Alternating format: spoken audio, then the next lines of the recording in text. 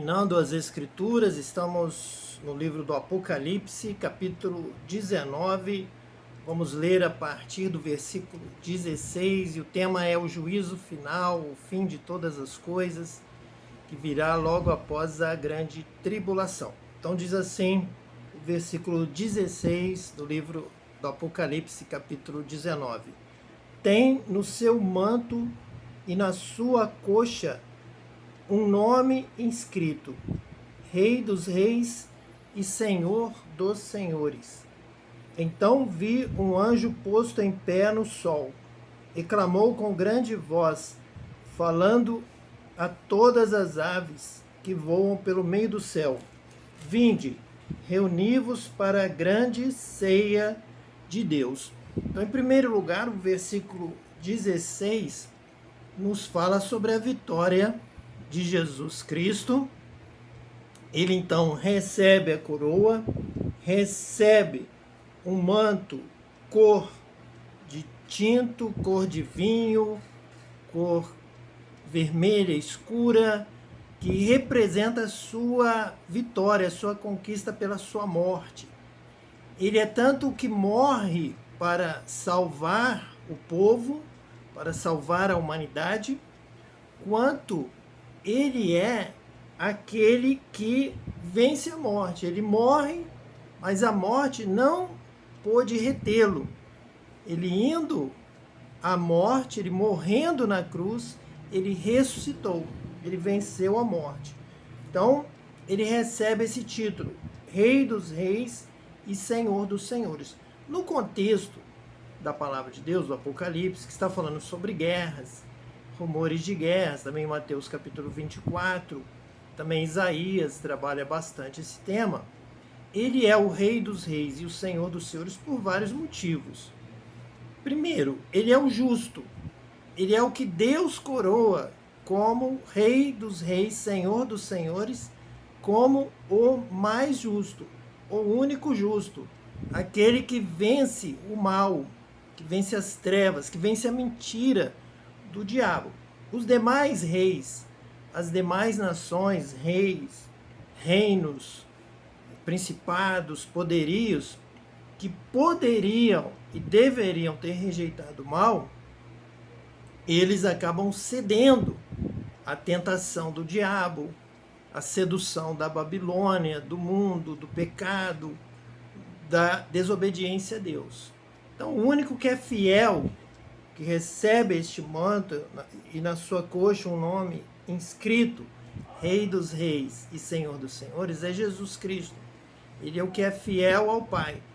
Ele não só diz que é, ele não só afirmou, eu sou o Filho de Deus, mas ele deu provas, sendo fiel até a morte e morte de cruz. E ali ele venceu o diabo, a mentira, o engano, a sedução, e não cedeu, mas resistiu até a morte, até o sangue.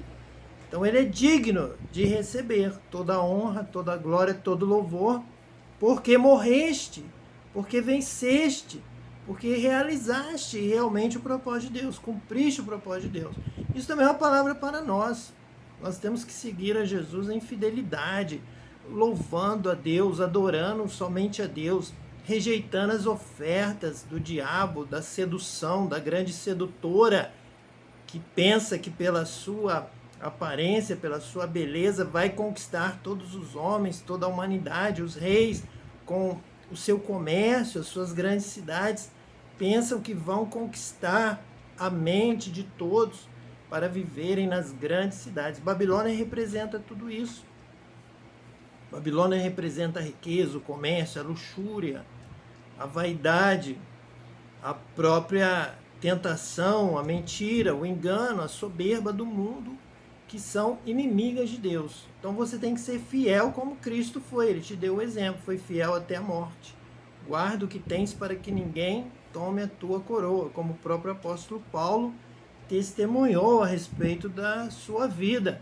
Ele completou a carreira, ele guardou a fé, ele também venceu o mundo. Quem é que vence o mundo? Quem é que vence o mundo? A nossa fé, a nossa confiança em Deus, a nossa esperança do encontro com Deus, do que Deus tem preparado para nós, o amor de Cristo, somos co-herdeiros com Ele, somos irmãos. O que Ele recebeu, Ele reparte conosco, Ele nos coloca na lista dos herdeiros e nos apresenta a Deus o nosso nome escrito no livro da vida, como proprietários da herança celestial juntamente com Cristo. E o versículo de número 17, então fala também da participação dos anjos. Nós estávamos nos referindo ao versículo 10 de Apocalipse 19, quando diz assim: prostrei-me ante seus pés para adorá-lo. Ele, porém, me disse: vê, não faças isso. Sou conservo teu e dos teus irmãos que mantêm o testemunho de Jesus. Adora a Deus. Então, o anjo é um conservo. Ele está junto na obra, está trabalhando, está aguardando também o seu momento de agir. Nós semeamos a palavra, nós semeamos o evangelho, nós pregamos o evangelho e os anjos virão buscando os frutos do nosso trabalho, onde estão as almas que os servos de Deus ganharam, evangelizaram, pregaram. Esperemos que os anjos sintam prazer, alegria, por isso a festa no céu. Os anjos celebram festa por cada pecador que se arrepende, e eles virão então buscar, virão no grande dia realizar este trabalho. Quem irá realizar?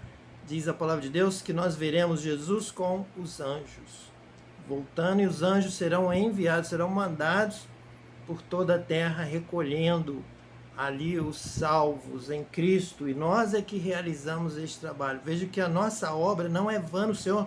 Nosso trabalho está sendo acompanhado pelos anjos, pelos arcanjos, por todo o exército celestial. E aqui um anjo é posto em pé no sol e clamou com grande voz, falando a todas as aves que voam pelo meio do céu: vinde, reuni-vos para a grande ceia de Deus, para que comais carnes de reis, carnes de comandantes, carnes de poderosos, carnes de cavalos e seus cavaleiros, carnes de todos, quer livres, quer escravos, tanto pequenos como grandes. Então haverá uma grande limpeza na terra, e nós já trabalhamos aqui várias vezes que os insetos, as aves, são os lixeiros de Deus, que fazem esta limpeza. Se você deixa algo cheirando mal, uma carne apodrecendo, logo vem animais criados, preparados para essa limpeza, porque Deus ama a limpeza. E assim também o anjo convoca as aves dos céus para que voem por toda a terra, pelo meio do céu, para devorar a carne contaminada pelo pecado, pela sujeira, pelo mau cheiro que não agrada a Deus. Então há um momento sim de juízo, de cobrança. Você tem que ter certeza da sua vida, não só da sua fé, mas também da sua santificação, sem a qual ninguém verá a Deus. Você tem que estar lavado, purificado e com boas obras que elevam uma adoração real, de vida, não só da boca para fora, não só honrar a Deus com os lábios, mas com o coração, com todo o ser, obedecer a Deus e assim exalar o bom perfume de Cristo, que agrada a Deus. É este perfume, é daquele que é fiel como Cristo foi fiel, aquele que fala como Cristo falou, serve a Deus, obedece a Deus e não se conforma com este século, com este mundo, não segue as tendências todas que o mundo indica, mas em primeiro lugar serve a Deus, adora a Deus, obedece a Deus, glorifica a Deus e anuncia a palavra de Deus. Examina as Escrituras e torna-te sábio para a salvação, para agradar a Deus. E o anjo sabe, Deus sabe, Jesus sabe, vão mandar realmente aqueles que o Senhor tem chamado e pela vida, pela prática tem escolhido. Deus escolhe pela sua vida de justiça, de obediência, aqueles que são fiéis e guardam a palavra. Bem-aventurado aquele que ouve a palavra de Deus e a pratica. Não é só bem-aventurado o que ouve, crê e senta no banco da igreja e desobedece a Deus na vida cotidiana. Este é um cristão nominal. Tem nome de que vive, mas na verdade está morto pela sua prática. Não está agradando a Deus. E Deus está acompanhando, Deus sabe, e Deus não deixará passar em vão. Mas cada palavra que nós proferimos, cada atitude, cada gesto, cada olhar, a palavra de Deus diz que o Senhor acompanha e Ele nos fará passar por um juízo. Nós daremos conta a Deus sobre o que fizemos com o nosso conhecimento, com o que já sabíamos que devíamos viver. Isso não está passando em vão, nada. Não vai cair por terra nada que ninguém faça nessa terra, mas Deus está nos acompanhando e Ele nos escolhe nesse processo, através da nossa vida cotidiana. Como Hebreus 11, ali se refere aos heróis da fé, aqueles que pela fé venceram, pela fé resistiram, pela fé deram a própria vida, pela fé testemunharam a respeito da palavra de Deus. Pela fé foram fiéis, guardaram a fé. E o apóstolo Paulo diz que ele temia que entre os novos cristãos, e nós estamos também incluídos nesse processo, após a vinda de Cristo, Paulo temia que acontecesse conosco o mesmo que aconteceu com o povo de Israel no deserto, porque muitos não entraram porque faltou-lhes a fé durante a caminhada. Todos passaram pelo mar como um batismo e celebraram a fé e saíram do Egito. Mas muitos caíram durante a caminhada, porque durante a sua conduta, a sua vida, sua ida até a terra prometida, faltou-lhes fé. Então que não lhe falte fé para ser fiel a Deus, confiança em Deus, de que o seu nome está escrito no livro da vida, que você herdará tudo que Jesus conquistou na cruz, tudo que ele herdou, você herdará junto com ele, será coparticipante. Se guardar a fé, se você for fiel até a morte, ser fiel até a morte e dar-te a coroa da vida. Não deixe que ninguém te engane com palavras que aliviam a sua condição, vão lhe trazer um conforto, mas um conforto falso.